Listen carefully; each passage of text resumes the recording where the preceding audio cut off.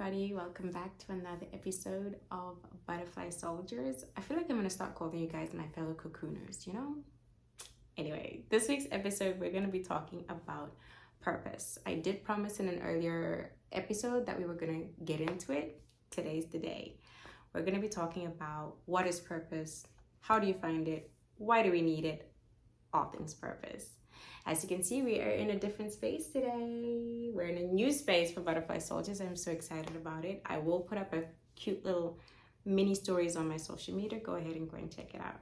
Meantime, if you're here week after week and you still haven't subscribed, like what is this? Are we like hiding each other from other people? Like hit the subscribe button and then the bell.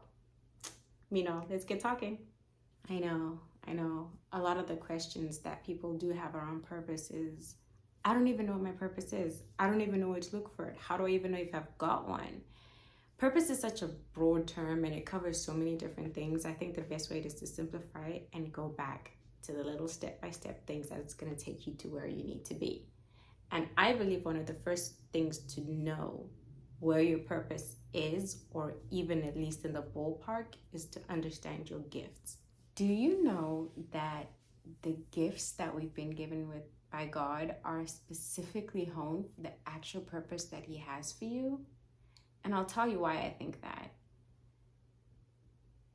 In the beginning, when there was the flood in the Bible, Noah needed an ark, but God didn't give him a fully built out ark. He gave him plans that He told him himself, directions on how to do it, but him and his family had to actually physically go out and pick the wood, cut it to size, and follow the instructions that God had given them until the ark was prepared. And I think it's the same thing with our giftings. For example, a woodcutter has an axe, a seamstress has a needle, a soldier has a weapon, which is great. That's what you're going to need in your craft. But you're not born knowing how to shoot a gun. You're not born knowing how to double stitch. I have no idea what seamstresses do, so I'm not going to butcher that anymore.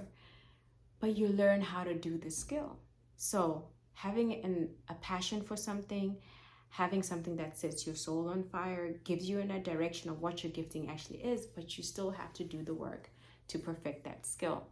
Later on in the Bible, we see the story of David and Goliath. And by the time he met Goliath, that wasn't his first battle. He had already dealt with the lion and dealt with the bear. And I'd like to take a liberty with the word of God here and say that I'm sure when he was starting out, there were a couple of close calls. He must have had a couple of scratch marks or anything like that.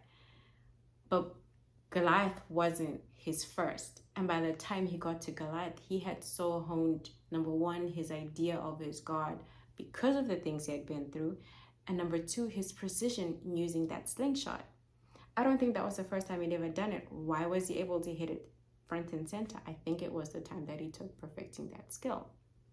This is how I feel like God in His sovereignty will always give you the gifts, which are the tools to help you in the purpose that He's actually put you here on the planet for. He never leaves us stranded. There's always a purpose to it. We have an actual set amount of hours every day, right? 24 hours is given the same to everybody. And so I think that there is an order and a structure to life on purpose. So if you've got 24 hours of every day, you don't want to waste your time on something that actually isn't going to benefit you or those around you, or isn't even the reason why you're here. And I really believe that in practicing and honing your skill, each step that you take, each new skill that you learn, each new thing that you begin to perfect is actually going to be showing you more and more why you are here and what your actual purpose is for these gifts that you have. Now, I'm going to show you by telling you another story. You know I love my little stories. And it goes something like this. So, let's imagine you've always been really interested in the farming game. You love to plant carrots. This has been a fascination for you. And your mission in life is to go off and buy these carrots. You've done your research and you've discovered that the best carrots are in city A. So you make your plans, you do your travel, you get yourself together, you take a wagon, you hitch it onto your car. All is prepared for you to go and collect your carrots from city A, and off you go. While you're on your journey to city A, you get a weather alert. There has been a flood. There is no more city A. It is gone, obliterated. In this moment, you have a choice to make. What are you going to do? You hit back and you decide, I'm already out here. I'm already halfway to city A. Let me find if there's somewhere else that I can get plan B. And of course, you do find one. It's in city B. So you change your route and off you go to city B. Now you've arrived in city B. Tragedy strikes. Your wagon that you've dragged all the way from home falls off a cliff. It's my story. Let's roll with it. Now you don't have a wagon. You're in the wrong city. What are you going to do? Here you are at this farmer's market where you were supposed to be in city A, but now you're here in city B without a wagon.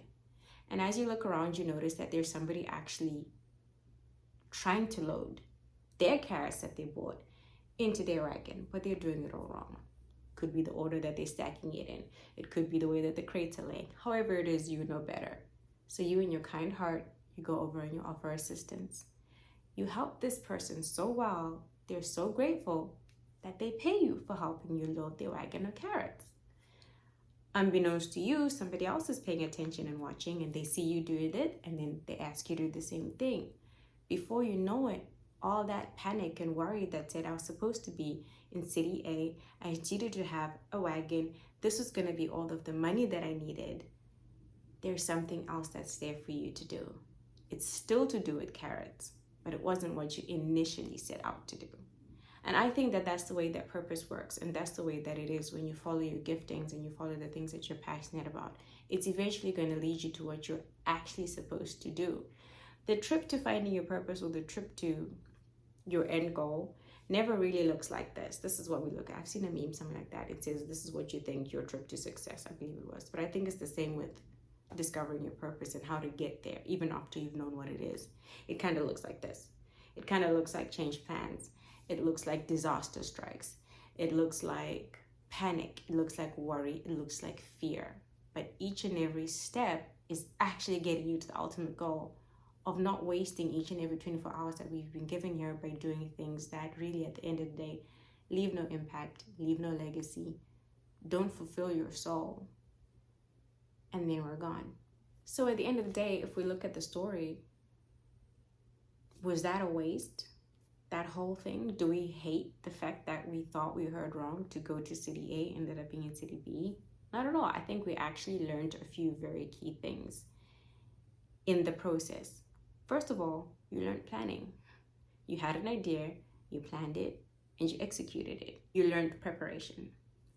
Awesome. Now you can use that in pretty much any area of your life. And then when you heard the news that a flood had taken over city A, you learned how to pivot and to persevere. That's another life lesson. In that moment, you could have made a decision. Do I go back home and forget about this whole carrot thing, sell my wagon, and move on with life? Or look for something similar and keep going? That's another life lesson that you put in your bag that you can now use anywhere and at any time. And then after that, you get to city B. And in amongst the chaos and the confusion and the worry of thinking that maybe I made mistakes all this way, you actually found what you were really meant to be there to do. Taking your passion for the carrots and helping others know what to do when they get those carrots. Everybody's happy. So all those misstarts, false starts, pivoting, changes of directions, and disasters, on one hand can be looked at like, oh my goodness, who wants to live a life like that? But on the other, it is actually your own story being written and unfolded right in front of your very eyes. I think it's all about perspective, because at the end of the day, when you look back at that story from city A to city B to where you're supposed to be, you weren't the same person that left your hometown.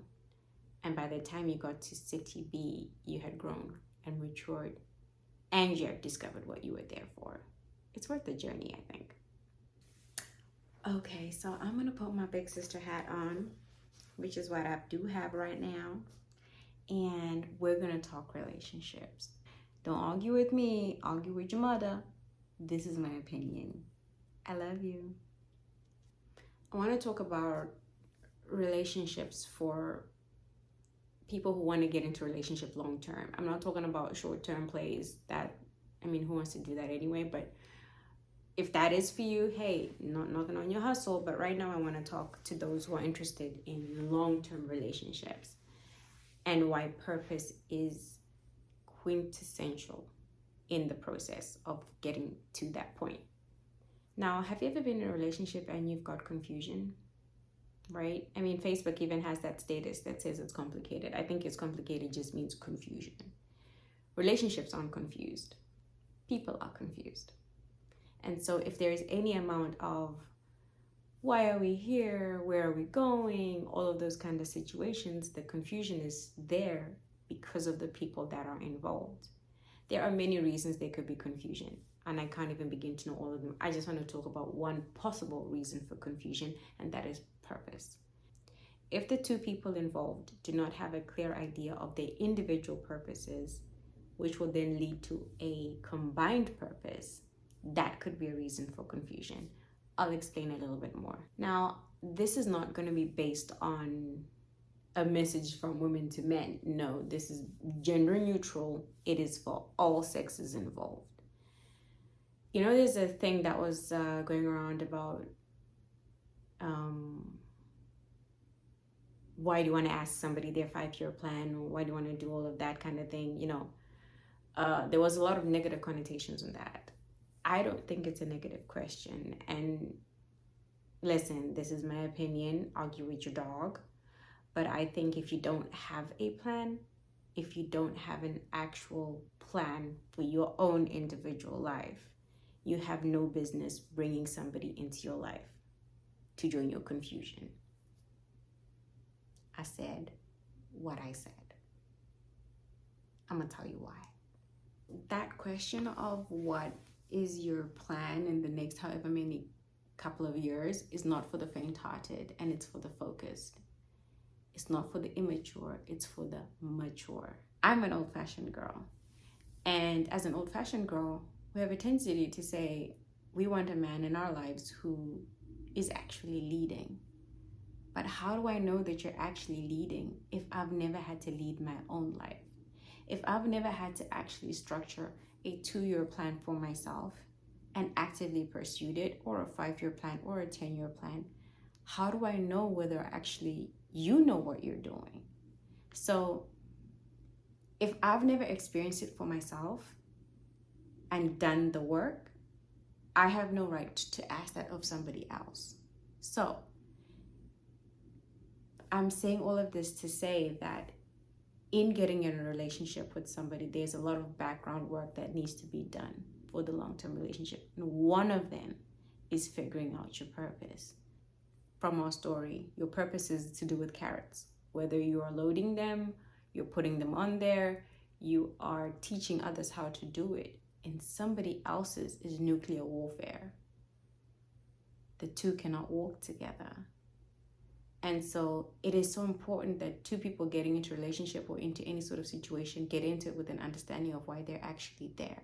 So when they get into it, they can save each other the heartache, or celebrate the fact that God has put together something that's not just a love match, but a love match based on purpose. Now, anybody who kicks back at that question of where do you see yourself going, or what do you think you're even here on planet Earth for, anybody who gives you kickback, I think it's for a couple of reasons.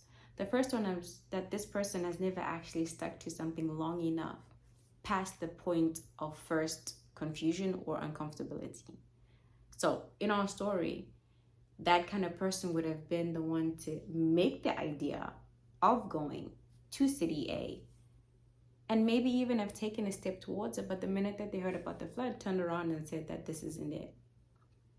Or just never left home anyway, just in case these things go bad.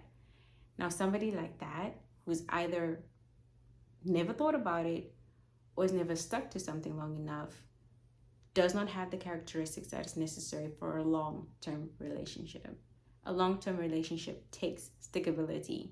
I don't know if that's a word, it now is. It takes perseverance, it takes planning, and it takes the ability to pivot.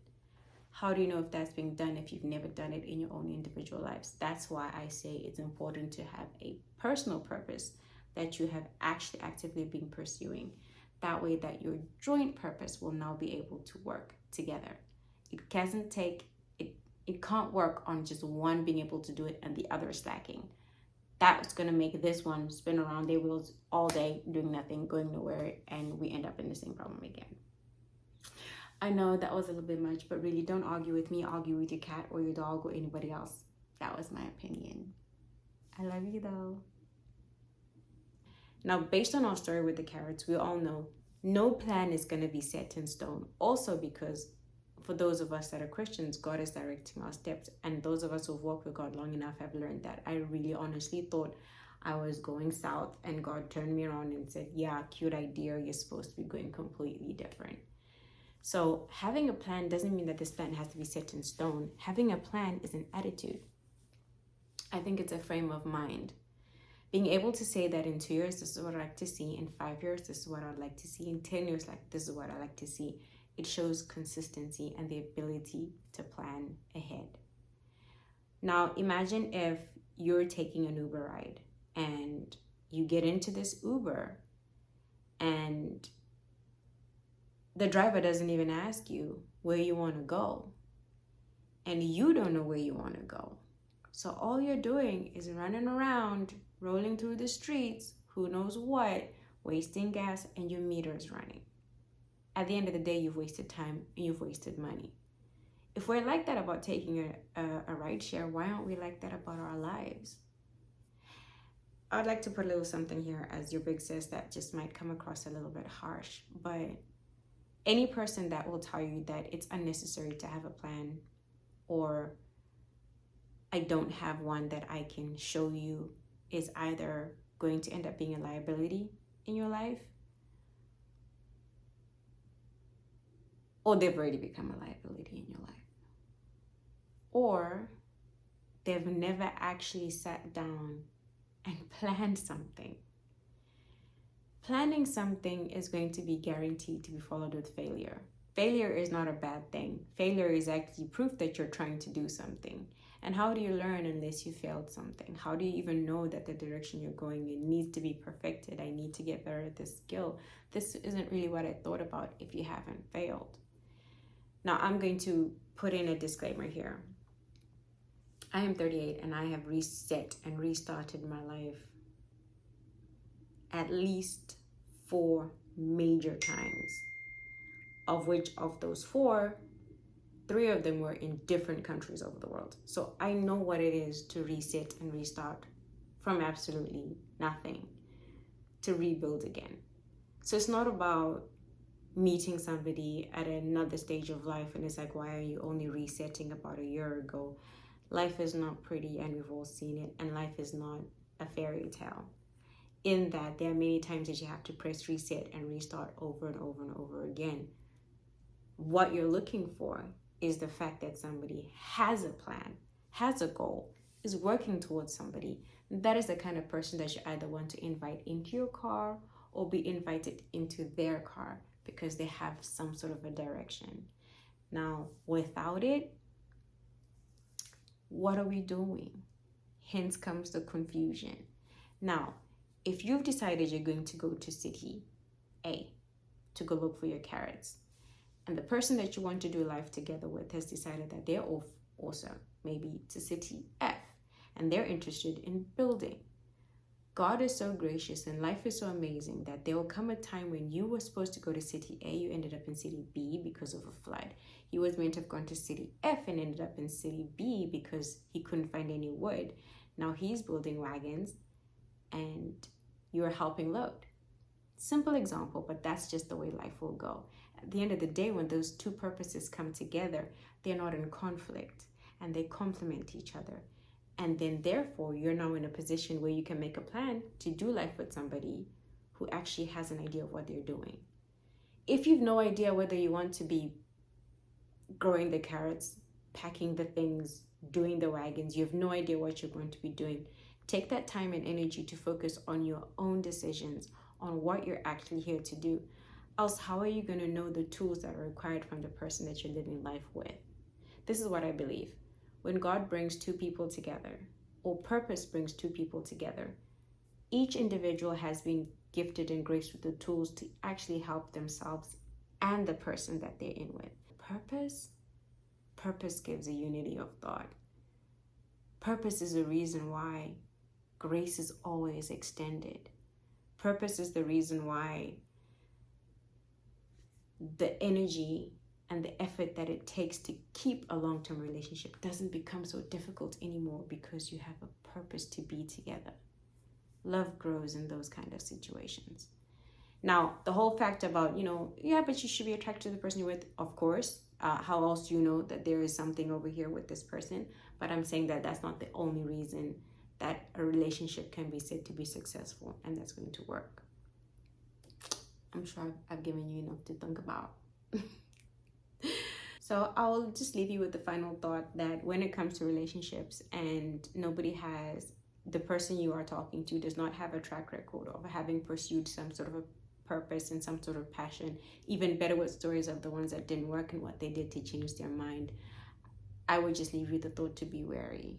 That person can either stagnate you or drown you. So, my fellow cocooners, I love you. I hope this episode helped you think about something. I would like you to tell me in the comments what you thought, share your ideas, share anything else. Don't come too much for my neck, because like I said, don't argue with me, argue with your father. But I love you guys, and I will catch you on the next episode. Don't forget to subscribe and like and share the video. Love you guys. Bye.